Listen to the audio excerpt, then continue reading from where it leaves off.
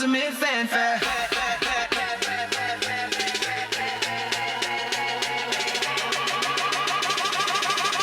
It's ultimate fanfare. What's going on, boys and ladies, you know what I'm saying? Welcome to this episode of the Play Action Podcast. We got Brandon here, we got my boy Colin. What's up, bro? What's going on, bro? What's going on? We talk about NFL. NFL is back. We had some crazy stuff this past week. You know what I'm saying? What's going on, bro? Man, it's the weekend before the regular season. Actually, we only got a few days before Thursday Night Football. I don't give a damn who's playing that game. My Giants play on Sunday, the early game, of course, but hey, whatever.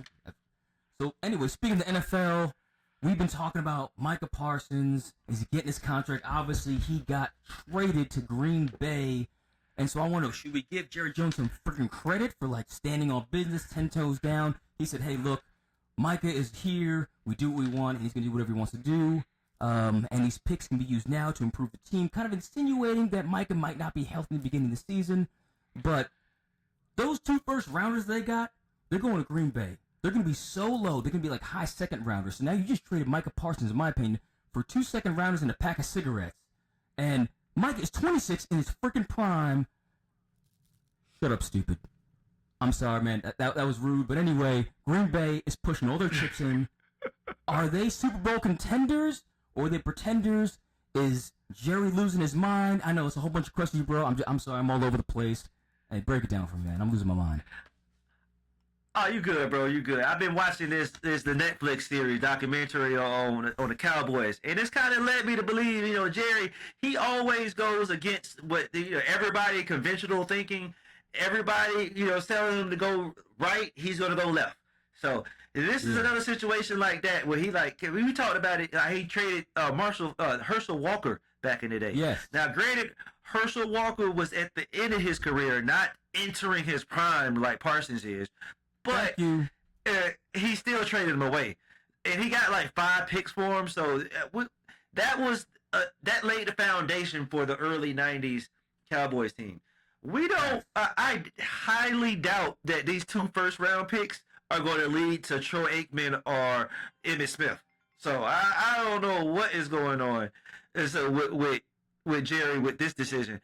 But also on the latter question, I definitely feel like this puts Green Bay in the Super Bowl contender championship, because, I mean, the NFC's wide open. Like, I don't want to say wide open because, you got the Super Bowl champions, but you're right. It kind of is. I mean, but the Redskins did make the conference championship game last year. Commanders. Oh, Commanders. I'm sorry, Commanders. I'm sorry. It's been a couple years, okay? It's been a couple years. I'm tripping. But yeah, like my boy, they did make the NFC Championship game last year, so it's the NFC's kind of wide open. So I feel like Jordan Love could do his thing next year. So it's definitely a possibility. Well, next year. Yeah, I mean, so I'm gonna say I don't think Green Bay are Super Bowl contenders because in Jordan Love I do not trust. I think he's got ability. He's got a little mobility. He's definitely got an arm. He's got plenty of charisma, but for some reason there's something missing where when it comes down to it, he's not making the right reads. And sometimes he holds on to the ball too long. And if you don't trust the quarterback, like I don't trust the quarterback, I feel like Micah Parsons is going to be a great piece. The defense is definitely going to take a huge step up. But I think Jordan Love is going to be the reason why they don't become Super Bowl contenders. And not that they're going to be looking for a quarterback in the near future, because I think they're locked in with him for a while. But I think they're going to be just a good team. They're going to be Detroit. Detroit's a good team. I don't think they're going to a Super Bowl anytime soon, but they're a good team. And I think Green Bay is like that. It's nice in the same division, so maybe Chicago can join them as another good team. Staying in the division, Cam Hayward's podcast. I like Cam Hayward. He's like Cam Hayward's like the big brother that everyone wants. He's just a big old burly guy. Figure play with the kids and stuff. Anyway, he's got Aaron Rodgers on his podcast. And we're not going to summarize the whole podcast, not the whole time what Aaron Rodgers looks like, the asshole that I've been saying he is. But anyway, Aaron Rodgers is talking about DK being his greatest receiver. He says, quote, I haven't had a guy like DK ever in my career. I've had good ones, but not like DK. So I'm not gonna say. I mean, we got Devontae Adams, Jordy Nelson, Greg Jennings, Donald Driver. I mean, on and on. Nothing against DK is a good receiver. He's not on those guys' level even close yet. Is Aaron talking crazy shit, or has he got some real justification for saying what he's saying? Does DK Metcalf have his own Taco Bell commercial? I believe Devontae Adams does. Like, Devontae Adams is the prototypical 6'4", 6'5" receiver that can run like the wind and jump out the gym. But, like, granted, yes, we know DK Metcalf is a workout freak. He's amazing. He's an amazing athlete. But production-wise, he has nowhere near Devontae Adams. Nowhere near his career. And like we said, the past with Greg Jennings, Donald Driver, like Aaron Rodgers inherited Donald Driver from Brett Favre, that Brett Favre era. And Donald Driver was solid in both eras. So I don't know what this dude is talking about. This is crazy. I feel like, is he on mushrooms? Did they test him lately? Or what's going on? Like, is he on the toad or something like that? What's going Aaron Rodgers, like we said in the previous episode, I don't know who's going to finish the season. So it is what it is. I mean, Aaron Rodgers has been spending too much time in the sensory deprivation tank because DK, if it's a go route, post route, fade route, that's the guy you want to throw to because you can't outrun him. He's too big, too strong, too fast. But if I got to run any of the other routes, okay, Devontae, Jordy, Greg, Donald are all going to be much better. By the way, they can also do the go, the fade, and the post routes as well with precision. So just from a technical standpoint, a talent standpoint, a stat standpoint, Aaron, I hope you called Devontae, Jordy, freaking Greg, and Donald and say, hey, I'm about to say some crazy bullshit. Please don't take offense to it. Y'all are better than this kid, but I just got to hype him up and get him some confidence because, you know, he hasn't had a whole lot of great quarterback play late in his career. But if he ain't said that shit, then whatever. Anyway, hot take. So we got some predictions. So the first one, let me know if I'm going crazy here, but I think Baker Mayfield is going to be an MVP candidate this year, and not just like, okay, he's going to put up pretty good stats, he's going to be in the top 10 conversation. I'm saying Baker Mayfield's going to be in the top 3 conversation for MVP candidate because he's going to lead these Bucs not just to the playoffs, but to a dominant offensive standing. I'm right there with you, bro. You know, that's Baker Mayfield is my Johnny Manziel 2.0. He's everything that we thought Johnny Football was going to be. I'm a Baker Mayfield fan. Let's go, Tampa. You know what I'm saying? He's the perfect person to usher in this era right after Tom Brady. You know, Tom Brady got us a championship. You know we went to way up top, you know, with the Florida teams. But Baker, he has been beyond serviceable. He made that next step last year. He's like we just mentioned. Yeah, his stats are comparable to Burrows, Allen. The only person that had like a definitive better year than him was Lamar. Because Lamar can run like the, you know, it's just, it is what it is. But Baker Mayfield is top tier. Like, he is entering that top tier quarterback status. Like, he doesn't really pass the eyeball test because he's a little undersized. You know, he doesn't have, you know, that chiseled jawline like Tom Brady has. But Baker Mayfield is that dude. And he's like when he's one of the boys. I've heard from the different Buccaneer players. He hangs out with the boys, and like you want your quarterback to be, you know, a locker room guy. So I'm all for Baker. You know, like I said, Johnny Football 2.0. Hey, 100%. Baker is a throwback quarterback. He's a throwback. He is your man's man. He's that Kenny Stabler. He's just that dude, like you said. He's with his boys. And so, hey, in Baker we trust. Next quarterback, I'm going to say Justin Fields. He gets benched for Tyrod Taylor. Tyrod Taylor plays great. And we ask again, how come Tyrod Taylor doesn't get more opportunities? What do you think? Fields going to play great, or he's going to get benched for Tyrod? personally, I'm right there with you. I think he's going to get benched as well. I heard from sources that he can't really read defenses like that, and he's an Atlanta boy, so he's right up the street from in Kennesaw. So I'm rooting for him. But if he can't read defenses, he can't process information. It's out of our hands. And plus it's the Jets. I don't really see too much good things happening from the little Giants. So Yep. Hey, so it is what it is. Y'all little brothers, it's historically speaking has never been good. So I believe Tyrod Taylor is going to take over midway through the season. I agree, and I think Tyrod's going to play great. And kind of staying in that division there, Aaron Rodgers with the Pittsburgh Steelers. I'm saying he gets injured again, and Pittsburgh tries to trade for Jameis Winston. Because it's actually Jameis Winston's not unlike Aaron Rodgers, granted his propensity for throwing picks. However, he can sling it with the best of them. He can throw as many touchdowns as Aaron Rodgers. He just he likes to share the love. But I think Aaron injured again, and then Pittsburgh tries to trade for Jameis Winston. Yeah, I definitely agree with that. Definitely agree with that. I don't see Aaron Rodgers finishing the season as a starter. I think this is going to go downhill real fast. And like I said, his game is based on mobility, and as an old man, he doesn't have that mobility nowhere near. He hasn't had the last 2-3 years. So nothing has led me to believe that he's going to be successful in Pittsburgh. Agreed 100%. I mean, it's something special to have a statue made for you outside your arena, and there's another for being a statue while you're still playing in that same arena. So, speaking of Jameis Winston, who's the third-string quarterback for the New York Giants, my hot take is this. Granted, I'm a Giants fan, so it's a bit of a homer pick, but the Giants will finish second in the NFC East, just behind the Philadelphia Eagles, Super Bowl champs, but in front of the Washington Commanders and the Dallas Cowboys. Micah is gone. We get to face him twice a week without Parsons. Micah, I love you, but I'm so glad you're gone.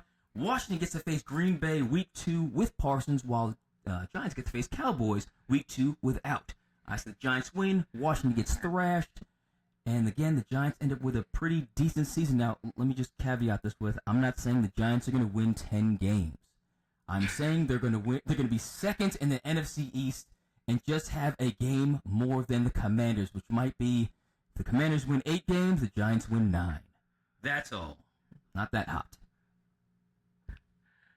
I'm rooting for you, bro. I'm hoping the Giants do good for you, but better than the Commanders. That boy McDaniels was looking good last year. He's solid. Yeah. They got a solid quarterback. Whereas the Giants, you still searching right now. So I'm just saying, we know Wilson and Jameis that we've known what they've done in the past, and we just got to see if they can rekindle that magic. But why? The Commanders know what they got. So I'm rooting for you, bro. I'm rooting for you. Man, why you gotta rain on my parade, man? I mean, thank you for rooting for me. But I mean, that's like sending thoughts and prayers, I mean, they don't mean a whole lot to me. But hey, you're right. Jaden Daniels is the truth. If we could have drafted him and traded the farm to get him, I would not have been opposed to doing everything, having a Ricky Williams type trade to get Jaden Daniels. But unfortunately, Washington knew what the heck they were doing. They grabbed him as a generational talent, and I'm like I said, it's a hot take, man. It's still on fire. I'm with you, bro. I'm helping. Hey, I got my fingers crossed. Well, I feel got the toes crossed too to cancel out the fingers. I'm just saying, You're gonna need all of them. You're gonna need everything crossed, goddamn. Hey, speaking of need everything. So, boxing. First time we're talking about some boxing, and of course it's the big matchup, and no, it has nothing to do with Jake Paul. Canelo Alvarez, Terence Crawford, they're going to be fighting pretty soon. Fellow champion Antonio Tarver, who I do like Antonio Tarver, and he's an analyst. He said, the greatest fighter Crawford will ever fight will be Canelo, and the greatest fighter Canelo will ever fight will be Crawford in this match. Did he forget that Canelo fought Floyd Money Mayweather, who took him to the woodshed without even landing a knockout punch? He just played with him the entire fight, never being in danger, Not a single second of that fight did Floyd not know what he was doing and what he was capable of, while Canelo was following him around like a little puppy dog. Now, like what we talked about, that helped his career.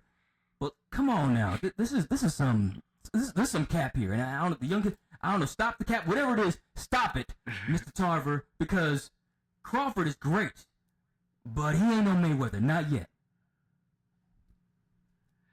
I'm right there with you, bro. See, and that's exactly why American moms stop letting their sons enter boxing, okay? That CTE is real, okay? We see what happened to Muhammad, okay? We don't want Muhammad, your son to be punch drunk. Because this take right here is Tarver sounding real punch drunk right now, okay? We know Canelo fought Money Mayweather, okay? Like you just said, Floyd, it was later in his career. His hands was not, it was brittle, so he wasn't trying to go for the knockout. He was just playing with him, and he was just tagging him from the outside. And the movement, that shell where he move his head and then use that shoulder, it was textbook. But like we said also, that fight was really what built Canelo into what he is today. Like that fight exposed Canelo to what he needed to work on, and he went to work on it and became extremely dominant. So like all respect to Canelo, because yes, I feel like Canelo is going to be the best fighter that Crawford has ever fought. Yes, professionally, because I don't know if y'all heard the stories, because Crawford he grew up almost like 300. His mom was paying people in the streets in Nebraska to fight him because her son was so incredible, a fighter. It was like, bro, your mom is paying people to fight you, and you just, nobody can beat my baby. Can I pay anybody? I was like, bro, this is crazy. And his mom is sitting courtside. I don't know, be ringside. I don't know how happy I would be with my mom. Like, bro, mom, I don't want to fight today, mama. But apparently he didn't have a choice. It's Sparta. So, Crawford, we don't know how many corn-fed, fed dudes he done fought out there in Nebraska. But I feel like this is definitely one to be his type fight. But as far as Canelo, come on, bro. That CTE is kicking in. This is ridiculous, bro. So how you feel about it, bro? Let me know. Man, yeah. CTE. This is, again, like you said, Mayweather toward the end of his career, right? Canelo was still light and spry. Now Canelo is the old elder statesman, okay? But he's not. Canelo's not on Mayweather's level. To me, Canelo is still great. Don't get me wrong. Take another way from Canelo, but I'm never gonna sit there and say Canelo is on Mayweather's level, both in their prime, best for best. So. No. Canelo is a little older. Crawford is in his prime. Crawford uses angles better than anyone ever seen. I don't know if Canelo can have a sparring partner to practice handling the angles that Crawford's going to come at with. And Crawford's going to be a lighter. He's going to be spry. He's going to be a little heavier than usual, but he's going to have the speed advantage. He's going to have the technical advantage in terms of angles. Canelo's going to have the power. If he catches Crawford behind the ear, it could be night-night for Crawford. Yeah. Steph. yes. Almost explains when Dre does it, right? Yeah. Yeah, like Drake's career. I'm sorry, but that was take. I'm sorry. But anyways, fellas, thanks y'all. Thanks for tuning in this week, man. Come on, man. This is football season is back. Next week we gonna be live in effect. Come on, we got Monday Night Football next week. We're gonna be getting ready for. Oh, come on, man! This is my favorite time of year. College football is back, so it's a great time. Appreciate y'all for tuning in. Make sure y'all like, follow, subscribe, comment. Let us know some topics y'all want to talk about. And I know you know the Giants. You see the Giants in the background. That's my boys' team. So we gonna hope him. Number 2 in the NFC East. That's what we going with, bro. That's what we going with, bro. Thank you, please. Let's go. So I appreciate y'all, man. Y'all tune in next week. We'll holler at y'all. Welcome to the show where the game comes alive. Breaking down the plays, we keep the spirit high. From the field to the mic with passion and flair. It's the Play Action Podcast, your ultimate fanfare.